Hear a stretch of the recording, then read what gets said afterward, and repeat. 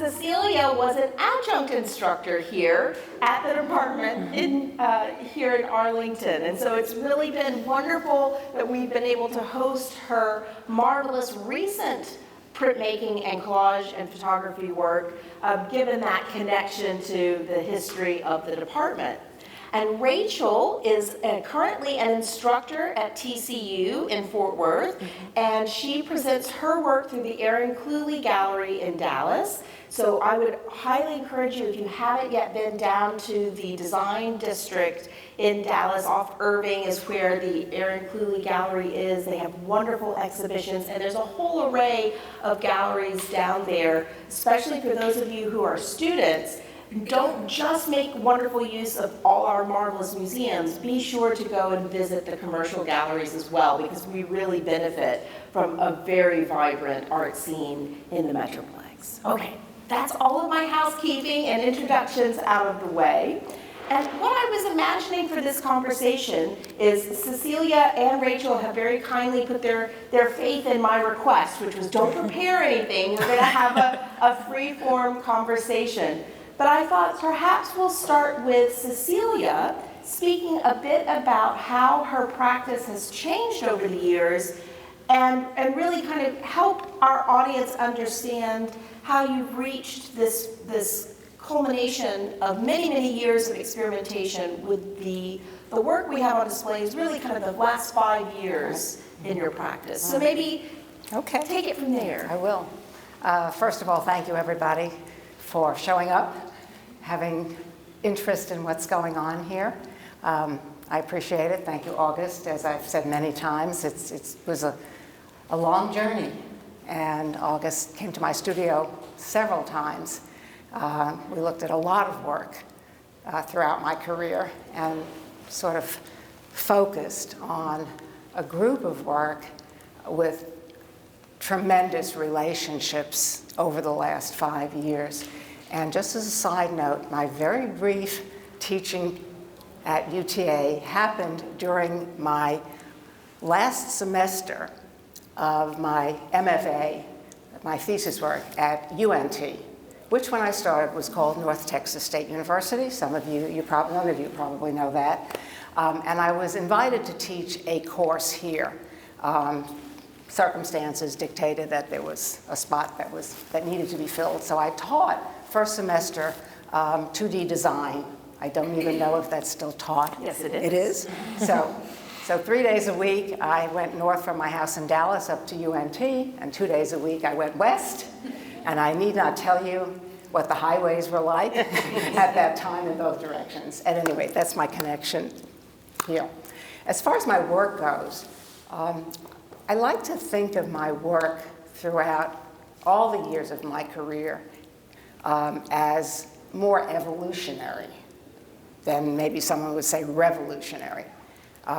There are themes and variations and use of materials that go way back, and then sometimes suddenly I'm working in a way such as using the string to create the embossing on some of the prints in the show or collages in the show. And I remember, I kind of look at my art inventory and I say, wow, you know, I was working with embossing many years ago in a completely different kind of way, on a completely different type of paper. I was painting on it and using that. And it's like, you know, the saying, what goes around comes around. It just happens. I think a lot of artists are like that. You try new things. I have tried new things. I have never gotten involved in sculpture because I just don't think the way sculptors tend to think. Two-dimensional work, that's what I've always done. My graduate work and even undergraduate was painting, drawing, and printmaking. But I didn't do the printmaking work, I wasn't involved with that until I was a graduate student years later. And then I fell in love with it, and I did all the traditional kinds of printmaking. I didn't have a printmaking studio. I didn't have the ability to do prints, so I continued to work on paintings, large-scale paintings, and also work on paper, but not necessarily collage. Then in 2000, well, I actually should back up a little bit. In 1990, I had a really good friend who was the head of the printmaking department at Brookhaven College. So I did printmaking as a grad student. I really liked it, but I had no ability to do it on my own. There were no printmaking or printing presses, commercial in Dallas at that time where I could go to work. So I was very lucky, and I probably shouldn't say this, but it's been a long time. I was able to take printmaking courses as undergrad printmaking courses, 1 and 2 and 1 and 2 and over and over, to be able to use the facility and the press that was there. I was very lucky. I did that for about 10 years. I was able to come and go as I pleased, didn't have to deal with students and everything else that happens when you're in a group of students. And in 2000, I built a new studio. I live in Dallas, and I have a farm up near Sherman, Texas. Some of you may know where that is. And I built a new studio to be able to accommodate an etching press, a large press. I couldn't do it at my Dallas studio because it was on the 2nd floor. And so that remains strictly my painting place. So for the last 24 years, I have been lucky enough to be able to do my work on my press in my studio. And as I say, the work has evolved. I backed off on the painting to a considerable degree, but the nature of my work has always been abstraction. I was never the kind of person who wanted, maybe didn't know how, to draw houses and trees and dogs and cats and all of that kind of work which a lot of people use or make in their art. And I think that happened because, and this is going to date me, as an undergrad, some of my teachers were abstract expressionists. I went to Hunter College in New York as an undergrad. And I was greatly influenced throughout the 50s and 60s by abstract expressionism. So I never really gravitated to representational work. It was always abstract for me, even my really bad early paintings. And that's the way I continued. Then, when I started doing collage, which is probably now about 10 years or so, it was about incorporating what was important to me and how I interpreted the world in an abstract way. For me, the sights, the sounds, the colors, the shapes, the textures, everything that we see that many people don't register day to day, I register those things. And those things are back there somewhere in the brain. And I hold on to them. And at certain times, more color comes out in my work, more texture, the shapes, all of these interactions and relationships are brought to bear in the kind of work that I do, whether it was painting and now collage. The photography comes into play because there again, while a lot of my photography in recent years, and I didn't always concentrate on photography, has to do with processing the world that I see, but not necessarily in an abstract way. But I started a series a number of years ago called Underfoot, where I realized that the markings on the sidewalk and the street from construction, from companies noting where they have to do their work, that kind of dig and that kind of thing, were very interesting to me in an abstract way. So this whole Underfoot series concentrates on those street and sidewalk markings as abstract representations of a piece of whatever it is that I'm seeing. And they either stand alone as a group, and it's a continuing group because I'm still fascinated by that, or in many cases, they're cut up and reused or repurposed and find their way into my collages. As I've been working on collage, you'll see the emphasis is on color a lot. but also shape, texture, line. I mean, there's all of that interplay. And because of that, I'm able to incorporate other kinds of work, rejections. You know, this printed piece, you know, it doesn't really work. All right, cut it up and use it in some way in the collage. So there's a lot of recycling, reusing, and that happens in the collages more than any other way. A lot of layering. Start perhaps with a monotype.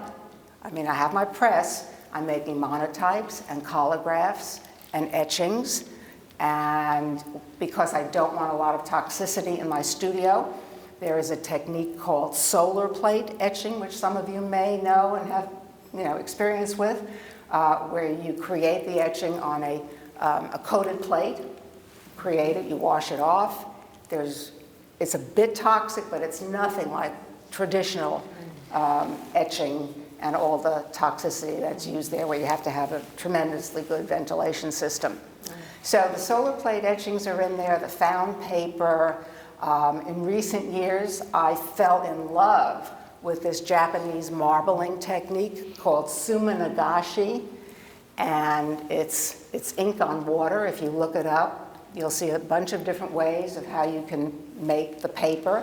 So the marbled paper doesn't show up in any of these pieces as background, but I have used it as background.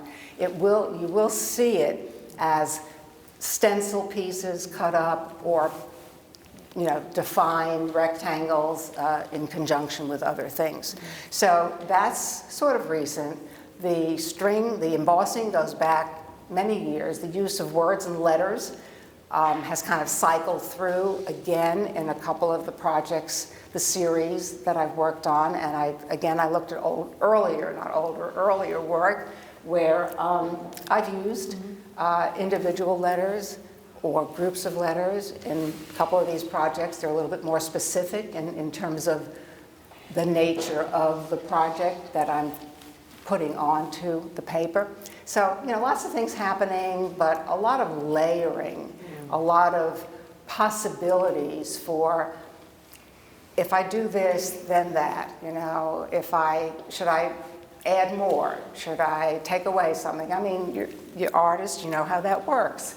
There's a lot of maybe, and then you kind of move it along, or you move on to something else. And because I'm always interested in what happens if I see this and then I do something different but related, my work tends to wind up being in series.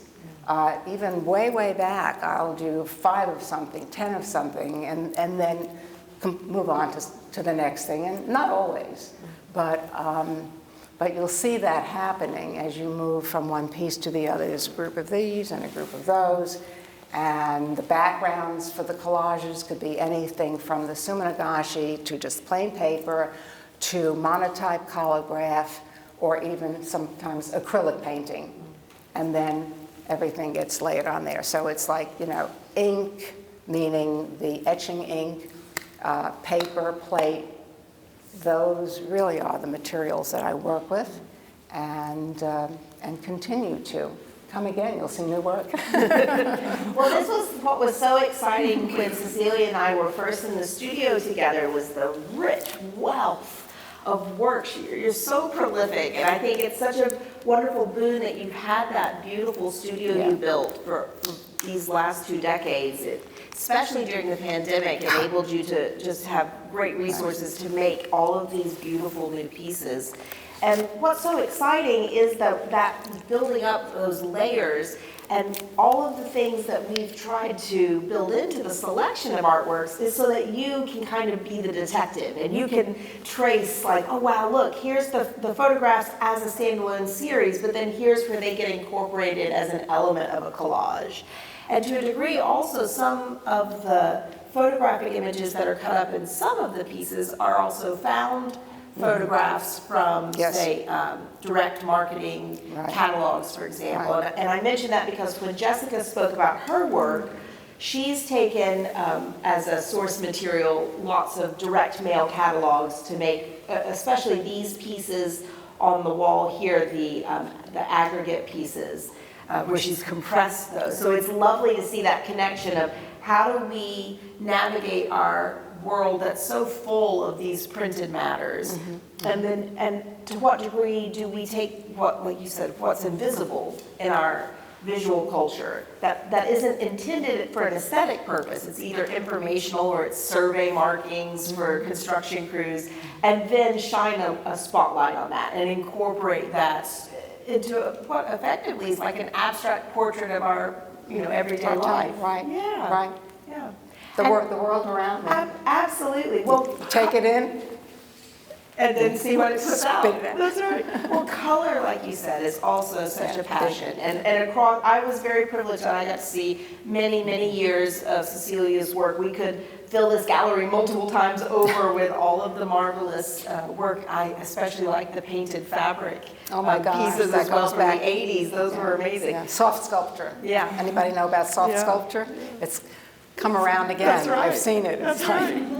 But your color was what connected me when Lilia and I first started thinking about Rachel's practice, because again, this engagement with the printed word, with books and indexes, but doing so with such a deep appreciation of color and our relationship to visual culture and graphic design and all of these sort of threads that, like I say, have these moments of intersection across the three artists that we picked for Paper Trails, but then go in very different directions. So I'm going to pivot to Rachel for a bit and have you kind of walk us through where your practice has been in the last, let's say, 10 years, because we, again, are very privileged to have a lot of new pieces, and especially like the installation in the corner with the printed daisy chain grid. That's quite a recent iteration of your experiments. So maybe walk us through a little bit the connection between, say, the fabric pieces and the paintings, and then a work like the grid. Sure.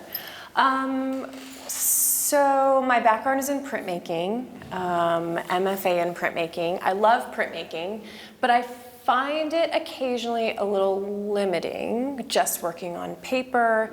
There's a size limitation that you often encounter. And frankly, my interest in printmaking has always had printmaking in quotation marks a little bit. So using printmaking's ability to layer, I loved what you were saying about collage. I think collaging and layering have many influences in my work. So taking print and trying to expand it, I love screen printing. I love screen printing's ability to work with photographic images. So thinking about collage, maybe sometimes I'm literally collaging paper together, but I like to play digitally. Thinking about collage as the combination of multiple things, especially disparate things, to create this one unified composition or image or juxtaposition. So I really love to take screen printing and now combine it with painting. That's something that has been like a slow trajectory over the last 10 years. Putting like, a little toe in the water, adding some gouache to some paper, which you can see in a few of the images. And then more recently, over the last 3 or 4 years, creating works that are just done in paint. These two large pieces here, there's no printy print technique, but I always like to tell people that I paint like a printmaker. I use a lot of stenciling, so some monoprint techniques. I use a lot of stenciling, vinyl stencils, paper stencils. I think in layers. I often create like an inherent structure to the work or a process. I've never just taken a paintbrush to a canvas. That's not really. Try it. You might like it. Well, see, it makes me nervous. I'd rather have 18 tedious steps along the way instead. A direct answer to your question about the trajectory of my work has been, how do I take these processes that I love, the processes that are really how I think layering and collage, and bringing it into multiple media. And for painting, it's a pretty direct link. But I get bored sometimes, and I like to dabble in other things. I mentioned my love of screen printing and its ability to work with photographic images. So I can scan in references from art history textbooks, which have been a recent interest of mine, especially Greco-Roman art history, specifically looking at representations of women, so statues of women. Trying to think of like, okay, what's an origin point for how women are represented in Western art history? Oh, okay, let's look at, Greek and Roman statuary.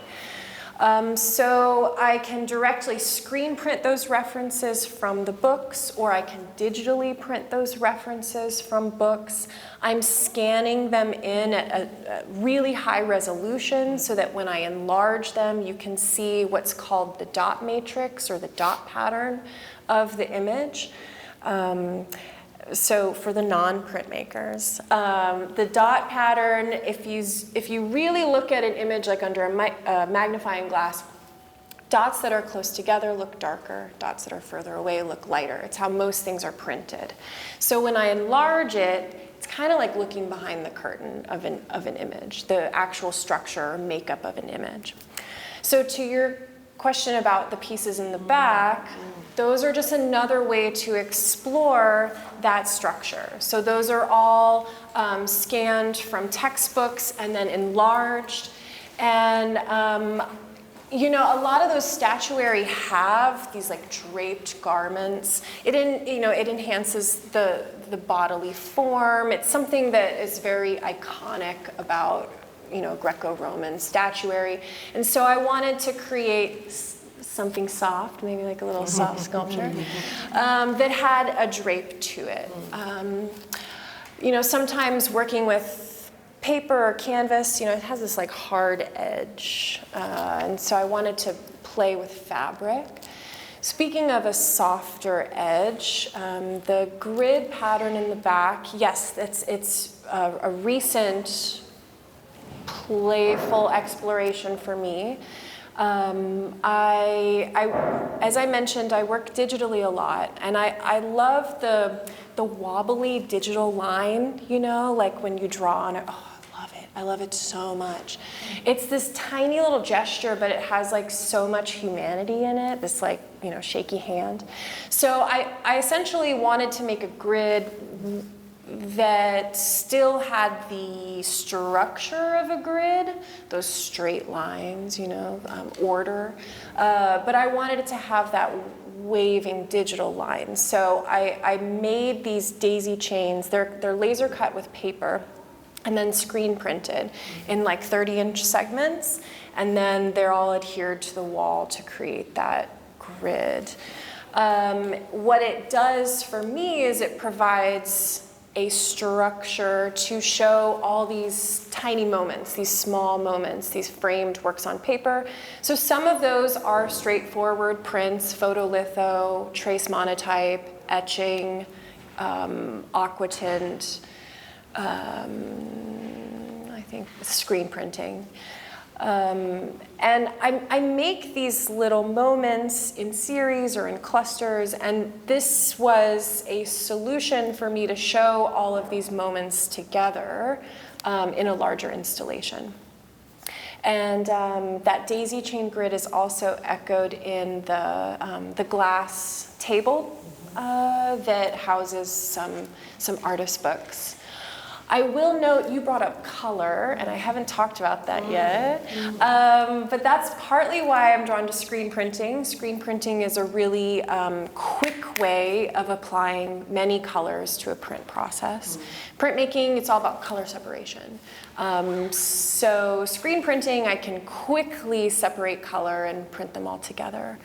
I tend to treat color, well, I like vibrant color, but recently I've been exploring color as a structure. I also teach 2D design, and we think when you're teaching color, it's kind of rigid, and I started to look at art materials like watercolor palettes, and they really reminded me of makeup palettes and cosmetic products, and this way of organizing different color in a really structured way. And that's where you see, especially the piece in the center, there's these, well, they're morphed, but they're these like rectangular color palettes that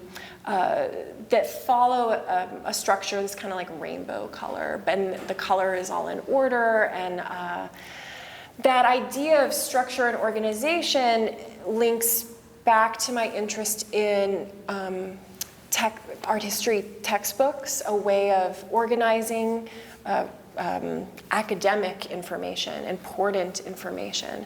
So there's all these avenues of information, right? And they all have a structure that we're imposing on them to better understand them. So references to book indexes is just that. Like, how do we understand something so big as art or history or beauty? And we sure are trying to understand it as best we can.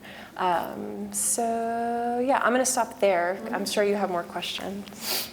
Well, so one of the things that we were looking at is people who are engaged with this idea around paper, which has a very obvious role to play as a support in printmaking, as something that we're all engaged with, as a means of expressing our artistic ideas. But then it is this foundational component of our everyday life, and has been for over 150 years through, and then for many, many hundreds of years through thinking about the art of letter writing. One of the really interesting things that has happened technologically recently is a team at MIT have created this mechanism by which they can X-ray and they can extricate what is on like a really intricately folded, locked letter that's hundreds of years old, and it's maybe too fragile to be opened, but they have a way of actually scanning it and reading all of the data and then extrapolating, if it were unfolded, what would the text say. So they've read all of these letters that were written in the 1600s that have remained locked. And there's this marvelous article in the Smithsonian Magazine all about this new incredible discovery. So we're still engaged in unlocking the secrets paper has to offer us. And for a historian, a story like that, you get so excited. So I know that you guys are working in often direct ways with paper culture, but you're also metabolizing it in these indirect ways. I just would love to sort of think where you think we're going in our increasingly digital world in these analog interests with the handheld, the handmade, the paper, the physical, and how does that speak to you in your own artistic practice? And maybe it doesn't, but to what degree do you think about that relationship between the digital and the analog in your art practice? And I'm going to ask Cecelia to answer that for us first. Like many artists, I'm deeply concerned about AI, which isn't a direct answer to your question, but absolutely it's part of relevant, it. of course. And I think it's going to be a battle on many fronts to accept AI for certain things and have it be wonderful, a wonderful addition to our lives. But maybe a little less for me, but certainly for those artists working in design and illustration. I mean, it's going to be a big problem, and I'm not sure how that's going to work out. I think it's too soon to tell, the balance between the good and then disrupting so much of individual creativity. I don't know how that's going to happen. what's going to happen. But I do know from talking to Cheryl, what is her last name? Mitchell. Mitchell, who is the collections specialist here, that more and more there are students who are interested in working with their hands, and you too, Lilia, told me about that also. Didn't you? No? Yeah, I think so. That I wouldn't say everybody and students are tired of working on computers. I mean, and you do all this marvelous digital work. But again, that's a starting point for you, okay? The end result is different. You're utilizing it as a tool.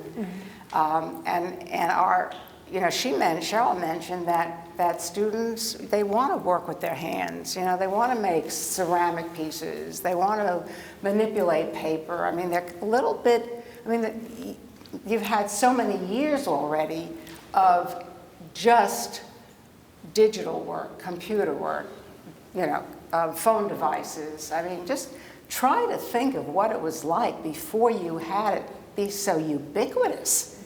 I mean, I use my phone a lot, but I don't walk around like this all day, So the fact that there is interest in digging into handwork, weaving, tapestry, sewing, embroidery, and then other ways that handwork is exhibited, like this. It's encouraging. I'm hopeful that that more and more students becoming teachers and professionals will realize the importance of the handmade to our future society. Fingers crossed. Absolutely. Absolutely. I agree. I think paper's not going anywhere. Hand techniques aren't going anywhere. I think there's a new interest in old school ways of doing things. I think there's this idea that students are so digitally savvy, and I literally taught a student how to open a Word doc this morning, so that's not the case. I think digital applications in art making are just tools, additional tools that we have in our toolbox. I'm certainly grateful that I kind of learned digital tools as they were getting more and more common or popular, because I have that hands-on understanding of what those tools are meant to digitally do. I often work in this hybrid way where I'll do some things digitally, or at least planning things digitally, cutting stencils, with Illustrator and vinyl or a laser cutter, and then going back and working hands-on. I like to work somewhat intuitively. I'll kind of figure out my first couple moves for a work, and then bring an image of that work in progress into Photoshop and play around with what I can do next. So there's this lovely back and forth, which I love. I'm certainly teaching art making or printmaking that way, this kind of back and forth. And I think that's fairly common. I mean, we'll see what happens in the future, but it's having that expanded toolbox. Yes, absolutely. Yeah. So being mindful of time, because I could happily ask many more questions, but I bet you guys have some questions for us. So I'd like to open the floor to any audience questions that you might have for Rachel or Cecelia. And don't be shy. These are not questions, maybe just like observations Sure. and things that came up. I really appreciate the idea of like thinking in layers. So if you guys want to speak any more to that, that's cool. Or thinking about like paper and the physical construction of it and logistics of exhibition and rigidity and non-rigidity. Like, these are things I think about. So again, no question, just comments. If you want to like expand on any of those thoughts. I know that's a few things. So thinking in layers, and then paper, logistics, rigidity, floppy. Does that make sense? Yeah. Paper is floppy. In terms of, I mean, as artists, we're always thinking in logistics. Like, we dream up things in the studio, but then it's like, how do I get it to the gallery and not spend thousands of dollars getting it there? I'm always thinking logistically. Paper then comes with framing, which is a whole other thing too. The logistics of shipping and transport is partly why I'm interested in fabric. It can roll up. Often, or additionally, in terms of logistics and process and layers, I work on the paintings unstretched because a lot of the print processes need like a hard surface.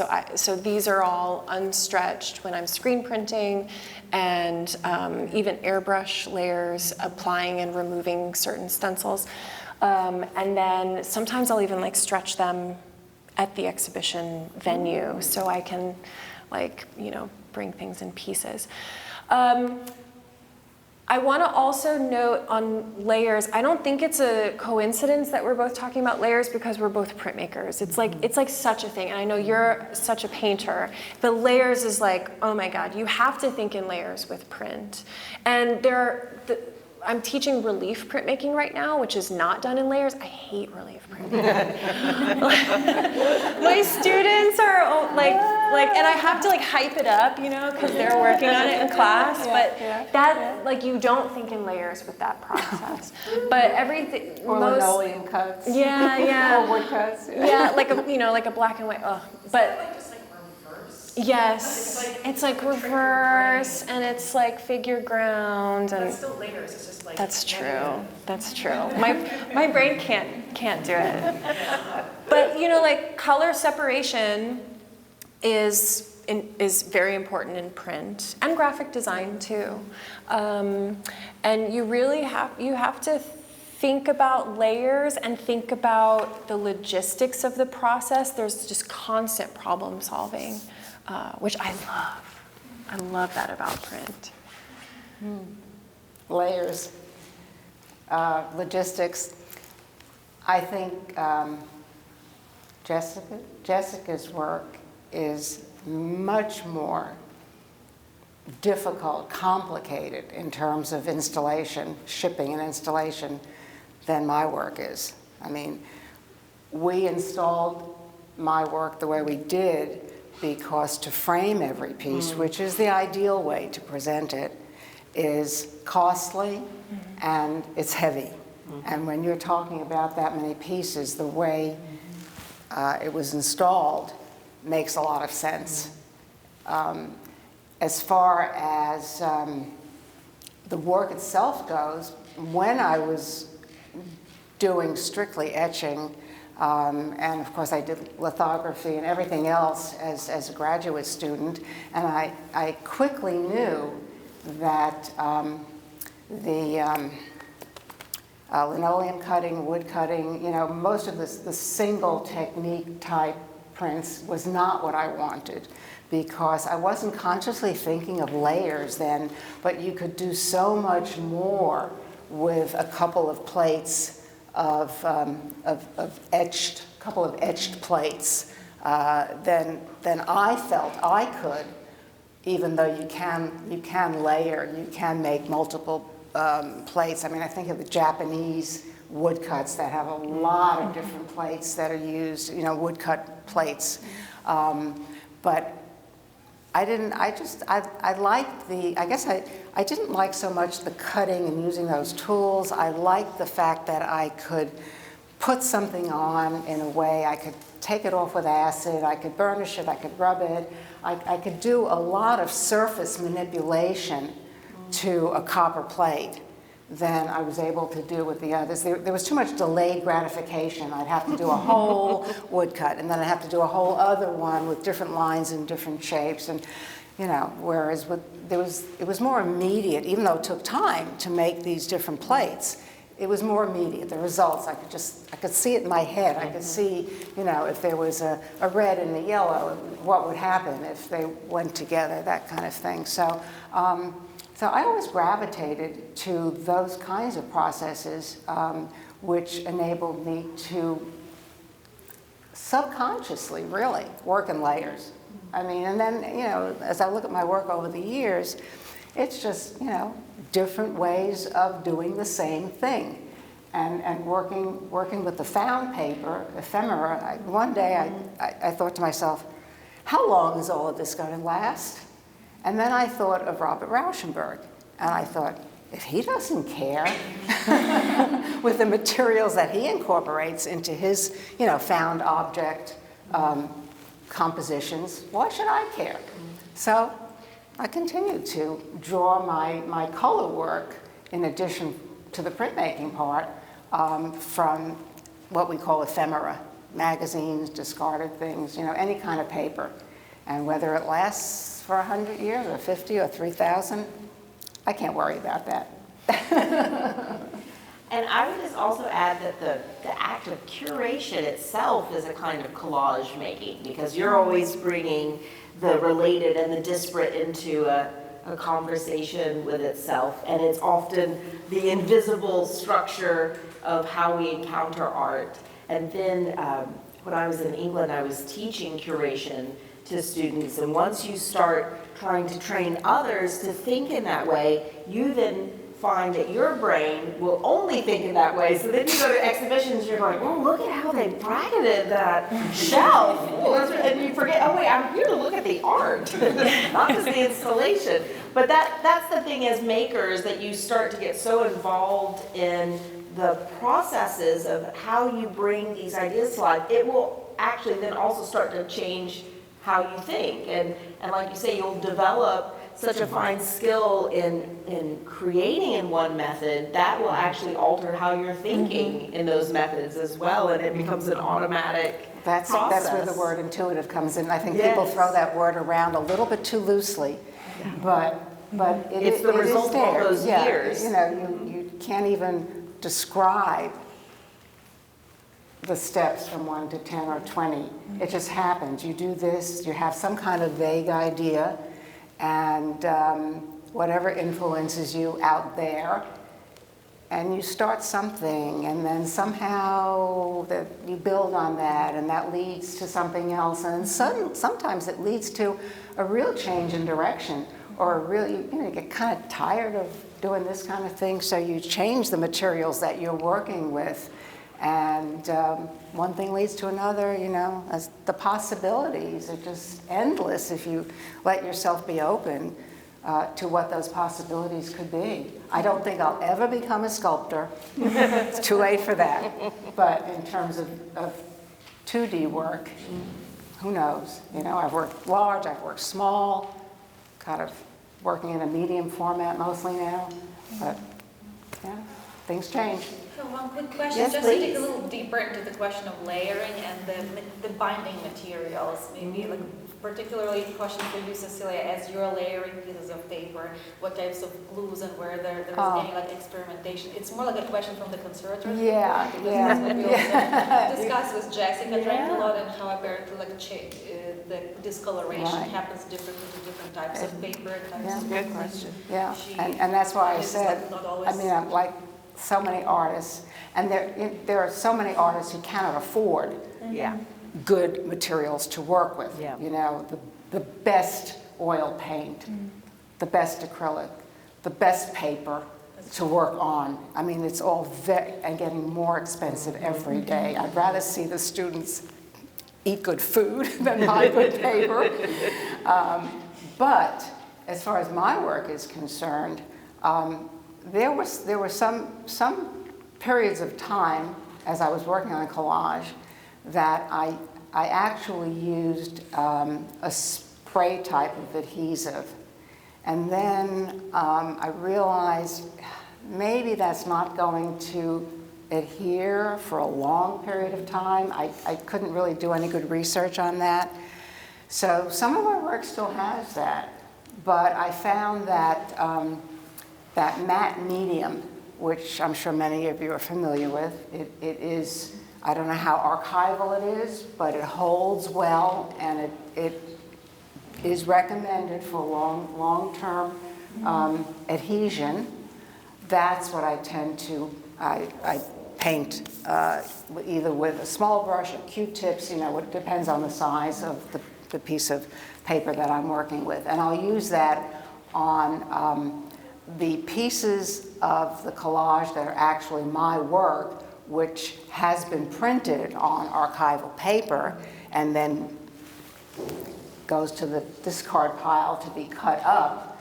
Those etchings or monotypes or collagraphs. So all the printed work is on archival paper. The added found object pieces are glued with matte. You could use gloss medium. I just happen to use matte medium. I don't know if it's archival or not, but we'll see. I won't be around to see. You'll see. Any other observations, questions? Yeah, Christina. Kind of continuing the conversation around being able to quickly sort of try different combinations with this method.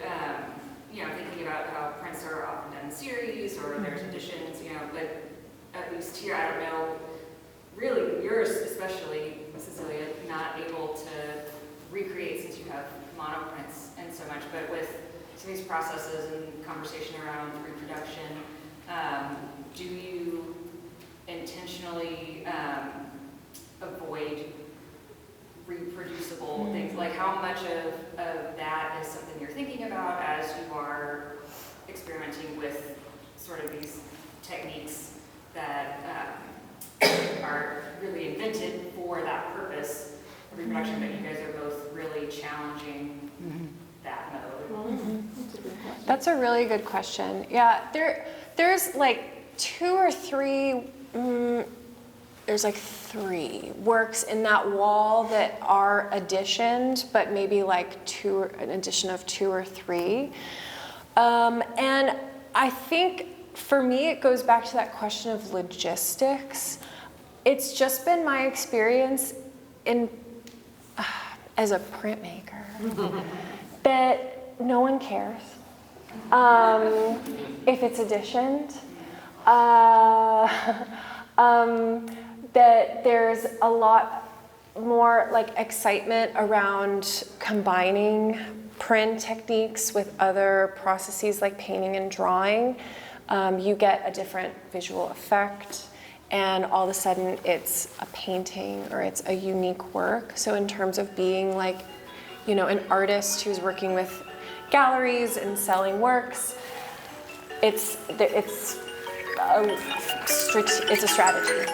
Yeah, and you can work faster and create like instead a series of like works rather than additioned works. Yeah.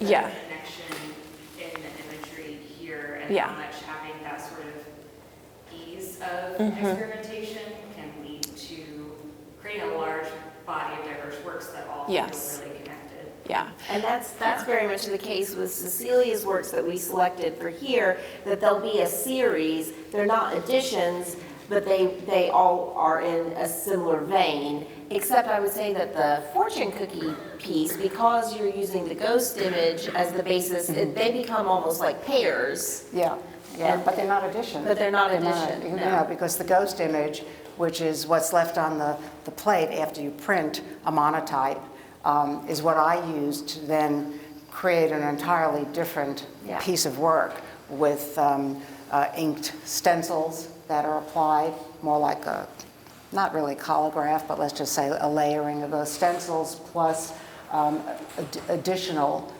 found paper. So and I purposely did that. I've done that before because I really love the ghost image. what remains on the plate after you print the first monotype. And there, for me, there's so much more that I can do with that than just discard it. Years ago, I did some editioned work where all of the images were the same, 10 or 15, and it's really boring unless you have somebody else do it for you. In a printmaking place like Tamarind or some of the other places.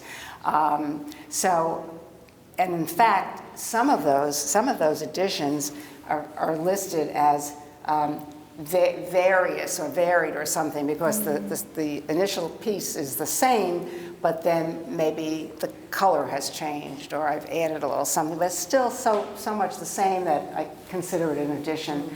But mostly,